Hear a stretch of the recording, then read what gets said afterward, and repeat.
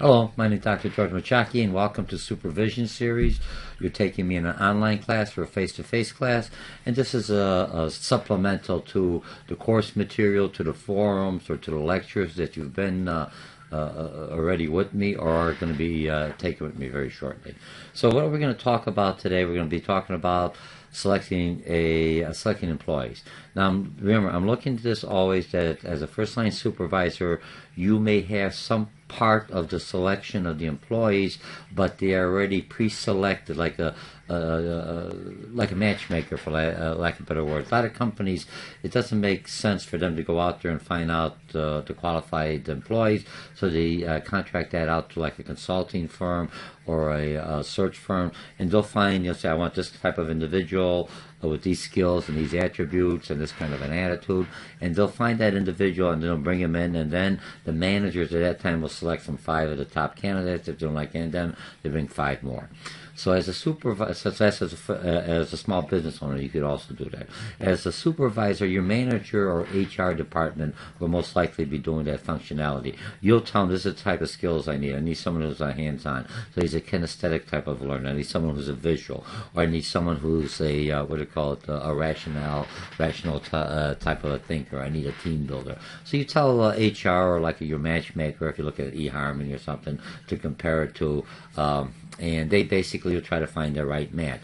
Because you could say, I want this kind of education, everything else. So they all have the knowledge, but you also are looking at that emotional intelligence, that personal, that social skill, that socialization skill, that social skills, that abilities that one needs to communicate properly within the teams. Okay, so let's see. So how am I going to find this perfect person? To find out, I need you to have a college education, 2 years of college, in marketing, management, engineering, whatever. Those are your specifications. But now what you're trying to do is find a behavioral aspect, and that's what really makes the individual. There are a lot of things out there that are very similar, but how does that person interact? Does he have communication skills?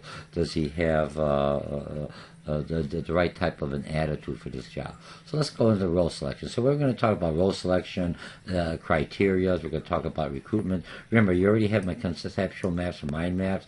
We're going to talk about selections, objectives of the interview. This is the first thing, so you know what we'll be talking about for the next 40 minutes.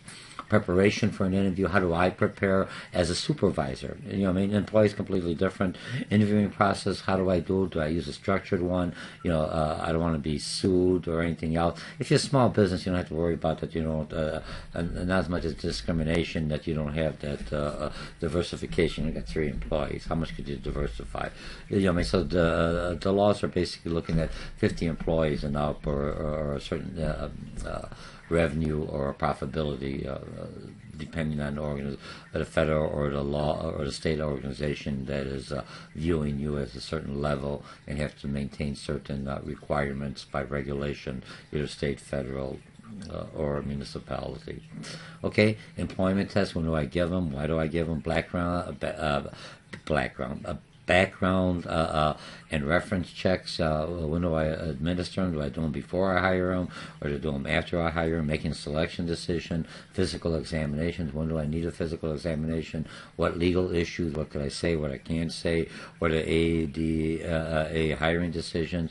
If I have what kind of accommodations I have to give to the person, and then IRC when I'm looking at rules and regulations. Okay, so let's start with this one here, and we're going to start with here. Any questions? You already had the materials. You have my concept maps.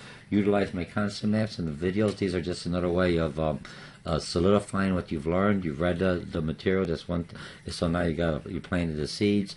You did some kind of a connect homework or some kind of an integrative or some forum discussions with me or in the lectures. And now you're basically listening to this again as a way to watering. So you take it from short-term memory to your long-term.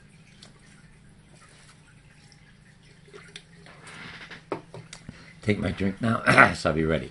Okay, role selection. what you're looking at different role selections. Small organizations, the supervisor basically, may have latitude in selecting the employees to fill a vacant position. We talked about that in the intro. HR will do all the, you tell them what type of individual, what type of skills, or if the organization is bringing in new technology and the person is leaving, why get the same type of an individual? What more I wish I would have had than that other previous person? Not that there's nothing wrong with the other previous person's performance, but now I have new technology. Maybe I could get a better or more educated individual or more trained individual. And I hate using the word training. Training, you train a dog. But when you look at a first-line supervisor, there's some type of functional training that you have to do that's going to be repetitious, and it has to be without you thinking. That's what training does. In an emergency, you know what to do. Clear the airway, give the breaths, give so much compression. That's training. So it's a second nature. Education, what you're doing here at college or in some of the training workshops that have been offered by Small Business Administration or some of the other facilities, or your local church or synagogue or mosque, to help small businesses and entrepreneurs or the Chamber of Commerce. What you're learning in there are basically the skill sets that I need as an individual, the personal what am I looking for that individuals. Okay, so I'm looking for me to be able to bring in individuals that could learn. And learning means, and look, you learn. If you train an individual and go one way and the road is black, I don't know what to do. A critical thinking person, the road is black, let me take a D, I just make a little turn this way, and pick up. Or I go backtrack and say, hey, by the time I get there, it's going to be too late. I'm going to just call in and retransfer my meeting. So that's what a learning individual. You take what you know different roads, and you can put a training individual just does it by force of habit. They have to respond adequately all the time. For certain situations you have to be trained, but then I also want to be trained and educated. Okay, so now the next one, selection criteria. The supervisor, again, clear about what job needs to be filled, so you tell them what kind of people could best fill those jobs. Figure 1 describes job description. When I look at job description, basically it tells me the job title, what encompasses the job. Job specification tells me the experience, the skills. Now, this is where any kind of legal action will come. If I'm looking at discriminatory, the court systems will look at the job specification. If you tell me I got to clean the toilet, fine. That's the job I'm hiring you for. That's what you're going to do.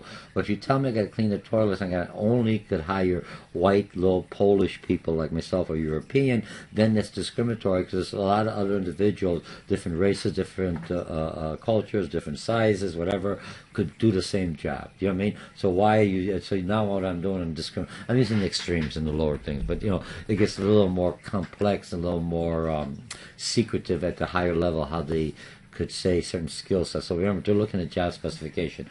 Do you need that education to handle that job? And how many other individuals in that same specification have that? So every person you hire has to have the job specification.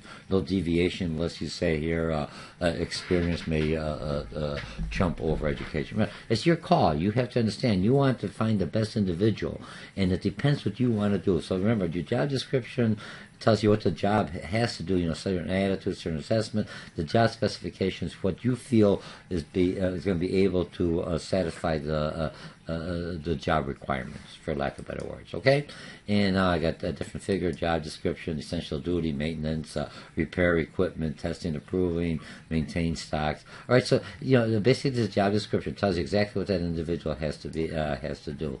Okay, now so I got the job description, list of jobs. We talked about that, so we're all okay on that. Now the recruitment. Now here comes the recruitment. The recruitment process is, I want to find the love of my life. I don't say I want to marry her, or you could, whatever your ultimate goals are, all right? But you want to find that perfect partner. Let's say in business, you're trying to find the same thing. I'm trying to find that perfect employee. I want that employee that's going to stay with me, that's going to be loyal to me. He or she's going to be able to grow with the organization, contribute, come up with new idea. How do I find that perfect individual? There's a lot of people out there, but it's so hard because once I hire him, or once I say I do, it's done. And you could unhire the individual, but the process gets it's emotional on both sides. So let's get the right individual from the beginning. So I got assessment. So how do I identify him? Interested in holding a particular job? Let me just make this a little bit bigger here, okay? A little larger so you guys can see it. There we go. Okay, guys and gals.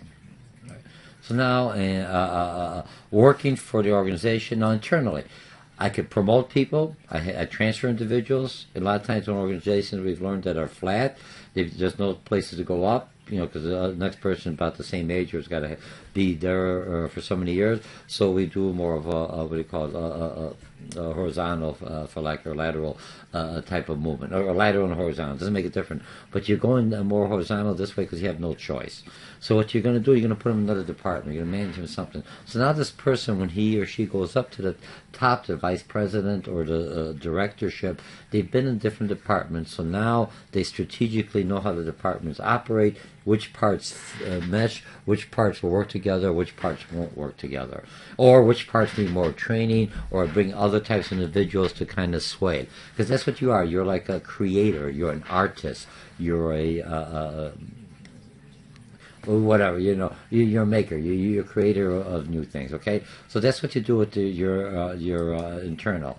External, you hire new people, fresh ideas, new skills that the organization may lack. Identify candidates by what? You'd use advertisement, employment agencies, online schools, and you go out there. What do you got? Any more education? So if you want to change the culture in your team, you bring new people in. If you got a small team, one individual will be a great asset. Could actually change it, but it also could basically bring it negative. This is not the right type of personality. Remember, yeast brings up a lot of things. A little yeast powder, but man, it explodes. Same thing if you don't have the right individual. So make sure this is very important in the process. So that's our recruitment. Now selection. Now I finally have the individual, and what do I select? I have all these individuals. I interview them, and you can do it through a telephone interview. So if I'm looking for a person who has communication skills, you send a resume very well written. I call him up and he goes, "Yo, dude, what's up, man? Oh yeah, I'm ready. I was waiting for your phone call."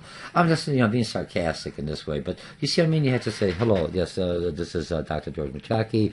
Yes, I've been expecting your phone call. Is there anything else I need to? Could I have the phone on? Is it all right if I put it on the microphone or speaker so I can have my hands free, so I could be talking, I could writing down, whatever you want. Or do you want to go on Skype? You want to go on FaceTime? Those are different ways. And FaceTime is another way. I don't have to bring the individual in. I can just talk to him and see if he or she has that. If she comes on or he comes out and looking like, it's kind of bad. You don't want to look at it the first impression. If you're doing an interview, it should at least have a nice shirt and tie or something else. The office doesn't look cruddy. And it's a way of selecting. Okay, so now I do this. I do the interviewing process. I find a person different ways. I bring him in. And it costs, after I interview him, I do some employment tests. And now this individual is it.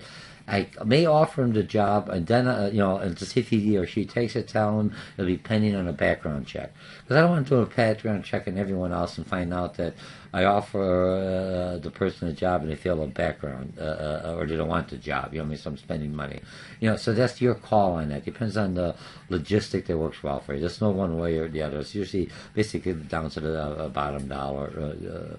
Which is more effective. If most people that you're going to offer the job are going to take the job, then do the background check in the beginning. So that when you're offering them, you already have a general idea before you're offering to them. And that may be easier than you find out about them before I ask them to work for me. In a physical examination. If you do any kind of drug test or anything else, when they accept the job, that's when you should do the drug test. Not tell them a week later to get clean. Their issue, take it at that time if they're accepting it. Okay? All right, so now, and then you review the application, and HR does some of that. They're looking at certain skills that if you're looking at communication skills, they should have, I'm a good communicator in their resume, similar, because you look at those keys. You just pick in, like most of the resumes and everything else is sent electronically, so the system basically will pick it up for me. It does not usually screen out the person, okay? So we have that. Objectives of the interview, assess the candidates. You're looking at actually seeing them at the paper. You talk to them. Supervisor and employer are comfortable with one another. Yes, I got to be able to work with this person. I could work with this person. Allow the candidate an opportunity to learn about the organization. Here, come, let's take a walk. We'll show you about some of your team mates or workers. HR is conducted by someone in human resources. Who should interview. Usually you want to have a balance. Usually most organizations, medium, larger, will have the supervisor and me who's hiring me, and I'm hiring him or her for some technical skills. If it's a direct report, I may have my direct report who's an engineer, and I basically engineers are in my department. So I'm looking to, could he or she deal with the other departments. but I will bring the first line super. My direct report in that case will be the engineer who has a bigger say because he or she has a technical skill. I'm just looking at the personal skills. Is this an employee that I want that down the road can move them up to that supervisory or managerial, move them up within the organization. That's how I'm looking at my level or the owners. And then the supervisor, the department usually goes in there, or you may have a team interview. And a team interview, after I have anything, meet the teams and talk about the leader. What do you think? Did you guys work with them, or guys or gals? And then they'll have a good fun. Yeah, he looks like he's all right. Yeah, I think we could deal with him. Well, I don't know. He looks a little shady there. But you have to take that. So forget the personal look. Does he have the qualifications? Does he have the skill set? And you could make him do something. Automated reviews, phone system or some other technology, like I mentioned, Skype or FaceTime. Preparation. You should also prepare for the interview. Have a good mindset. Look at their resumes. If something looks too good, say I'm going to ask them questions. A lot of times you'll have different. Look at the room. You're going to bring him in. You're going to take him out to lunch. Make sure you have the lunch. Make sure he's not a vegetarian. You're ordering hamburgers. He or she may feel uncomfortable. You want them to be comfortable. So have a salad and some meat. Just something light, though. This way, either way, they can take this or that. All right. Have some privacy. Freedom from interruptions. A lot of times in a different office. Here's the problem: if you have somebody that's an employee, and there's other employees going for a job, it feels kind of awkward for the employee coming in there. I know George is going for a job, what if he doesn't get it? So they have, you got somebody, you got 4 or 5. So sometimes if you have employees coming, have them go not to the office, to the department to go and have them meet someplace else and then interview. That works out very well because you're looking at it from the manager, but not looking at the employee. He or she doesn't want everyone knows I'm going for the job. I mean, there is the politics. Some people who have to know, but other people that should be by myself. But it's your call. Remember, you're the manager, so comfortable seating. Consider sitting at a small table, not behind a desk. Offer coffee, warm up conversation, just to break the ice a little bit. The interview process: make the content conditions of the interview, make the candidate feel comfortable. Ask about background, qualification, goal expectation. Answer the questions from the candidate. It's fair. Do I got the job? Well, I don't know. There's other candidates I'm looking at. You came across fairly well.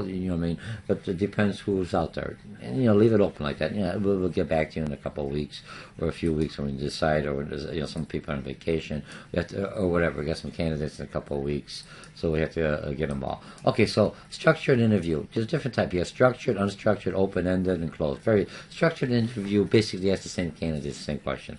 We all ask them, and then at the end I take the notes and I try to evaluate. Those are easy ones. And if there's other people evaluating different candidates, so we all ask the same questions, we expect the same response in the same time frame. Unstructured means there's a lot of small business unstructured. I'm just saying, hey, dude, hello, could I help you? I read this. And those are more open-ended if you want it, if you feel more comfortable. The unstructured ones are a little more issues if you have a larger organization or medium. You usually will go more for a structured. Unstructured, I may make easier questions because I want this candidate and harder questions for that candidate. So there could be some discriminatory issues if the one candidate says he didn't hire me because of my race, color, creed, or religion, or my sex, or whatever, or sexual orientation, whatever reason, you know what I mean? So this way, when I ask the same candidate, the structured, it says everyone asks the same question. I ask everyone the same questions, the same level of difficulty. They answered it better this way they didn't. In a medium, large organization, you'll take notes. And those notes are part of the total record for that individual. They don't get back to them, but if there's any kind of question, any kind of discriminatory, you look at your notes. If anyone could read my notes, God bless them, but I could read them. You just learn. Those texts are shorthands because we're taking notes, making the candidate feel comfortable. I want to write whole pages. 1 second, like a doctor, oh my God, just writing 20 pages. What's wrong with me? That's not my intent. Just real bullets. He likes teamwork. He doesn't. And then I'll remember it. Those are just triggers. And then open-ended questions. I want questions where I want them to expand. I want creativity. I want to feel where they're coming from and not lead them in that direction. So they could be some controversial. There's a whole bunch of software that gives you questions you could ask, or your organization, HR already, or other managers that interview say this one worked well. No, this one didn't. It depends on the job and what you're trying to get out. And closed-end question, I want a specific response to that. And you tell the individual, you got 5 minutes to respond to that. If you don't know, just say no.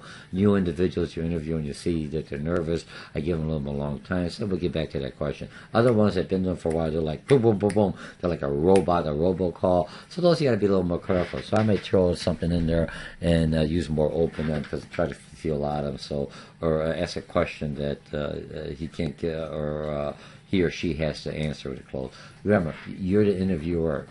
After a while, the first time it's a little harder. After a while, you kind of know what you're looking for in an interview.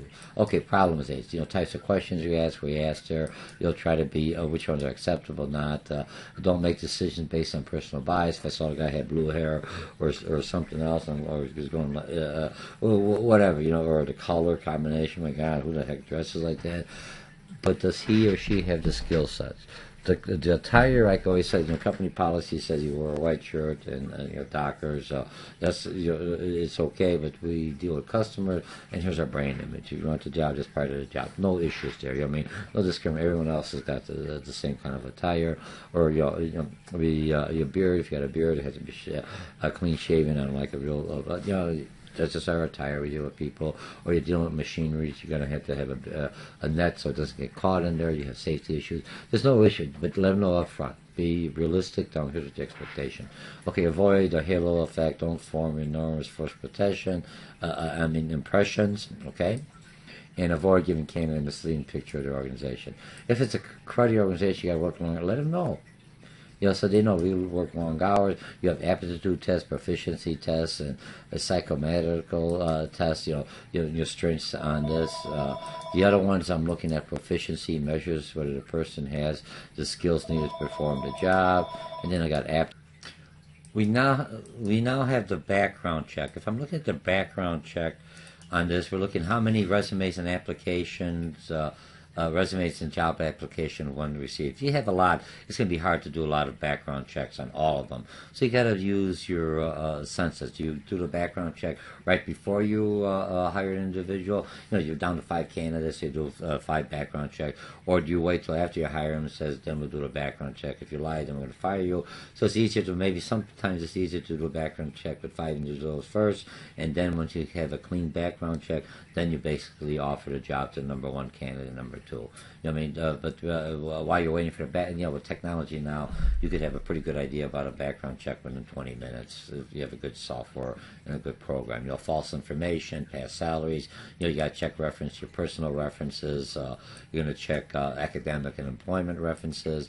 And an exhibit. What you could ask and what you can't ask. Bankruptcy. You usually only ask after 10 years. You don't consider hiring. You can't say you can't hire them because they went bankruptcy or because you have a lot of workman's comp or medical issues, or you get permission for educational and a certain military records. Okay, so those are questions on background checks. The next one is making the selection.